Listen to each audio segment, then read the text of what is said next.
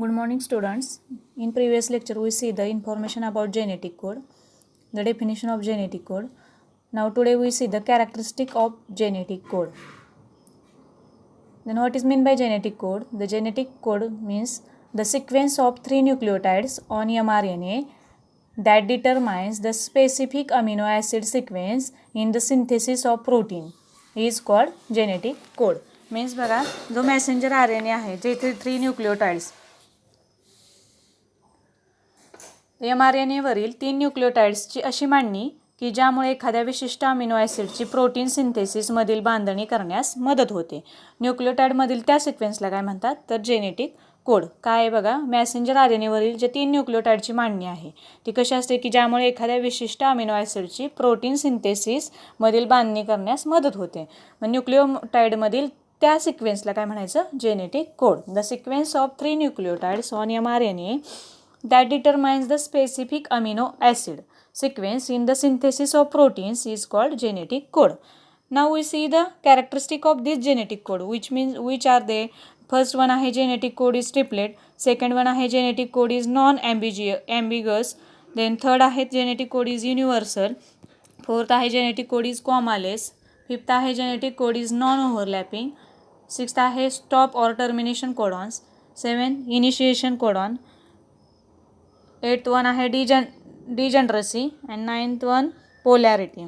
Now one by one we see in detail the characteristic of genetic code. First one आहे genetic code is triplet. Triplet म्हणजे काय Trikut. genetic code काय triplet आहे. A single amino acid is specified by a sequence of 3 nucleotides on mRNA and called as codon. बघा जे single amino acids आहेत त्यांचा sequence कसा असतो 3 न्यूक्लिओटाइड्स असतो. कुठं तर ऑन mRNA स्टँडवरती त्यालाच काय म्हणायचं कोडॉन. मग due to triplet nature it forms 64 codons. In previous lecture we see for 1 nucleotide किती लागतात फॉर 2 न्यूक्लिओटाइड 16 लागतात आणि फॉर 3 न्यूक्लिओटाइड्स किती लागतात 64 कोडॉन्स. देन म्हणून काय आहे जेनेटिक कोड इज ट्रिपलेट. बघा पुन्हा एकदा a single amino acid is specified by a sequence of 3 nucleotides on mRNA and call as codon. त्यालाच काय म्हणायचं codon. Due to triplet nature त्यांचं जे ट्रिपलेट नेचर आहे it forms as 64 codons. Then second आहे genetic code is non ambiguous. Non ambiguous means अस्पष्ट. 1 carbon codes for only 1 particular amino acid. जो एक कार्बन आहे तो एकाच अमिनो ॲसिडवरती कोड्स असतो. Exception AUG codes for methionine and GUG codes for valine. But if AUG is not available, the GUG codes for methionine as a start codon in protein synthesis. ह्याच्यामध्ये बघा काय आहे तर जेव्हा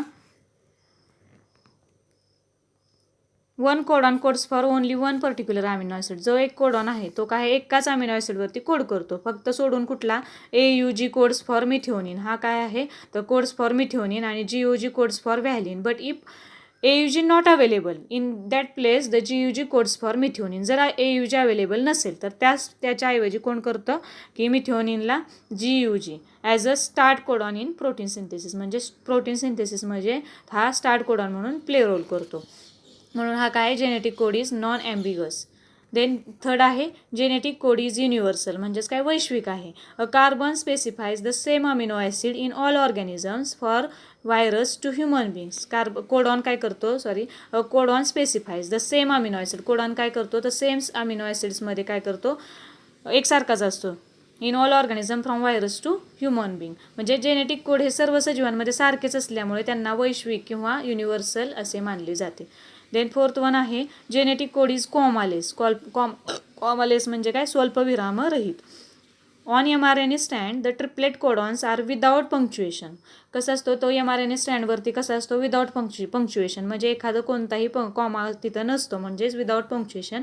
अँड दस reads continuously and called as commaless. म्हणून तो काय केला जातो कंटिन्युअसली रीड केला जातो आणि म्हणून त्याला काय म्हणायचं genetic code is commaless. Then fifth one आहे genetic code is non overlapping म्हणजे अतिव्याप्त नसतात.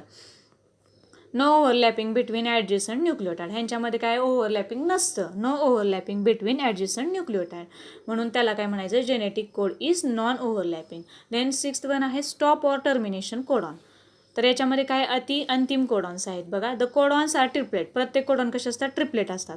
Out of 64 codon 61 codes for 20 amino acid. त्यातले काय करतात तर 64 ऐवजी 61 कोड जे आहे ते 20 अमिनो ॲसिड्सला कोड्स करतात. अँड 3 कोडॉन्स जे राहिलेले 3 कुठले? युरॅसिल ॲडेनाईन युरॅसिल गुआनाईन ॲडेनाईन आणि युरॅसिल ॲडेनाईन गुआसिन.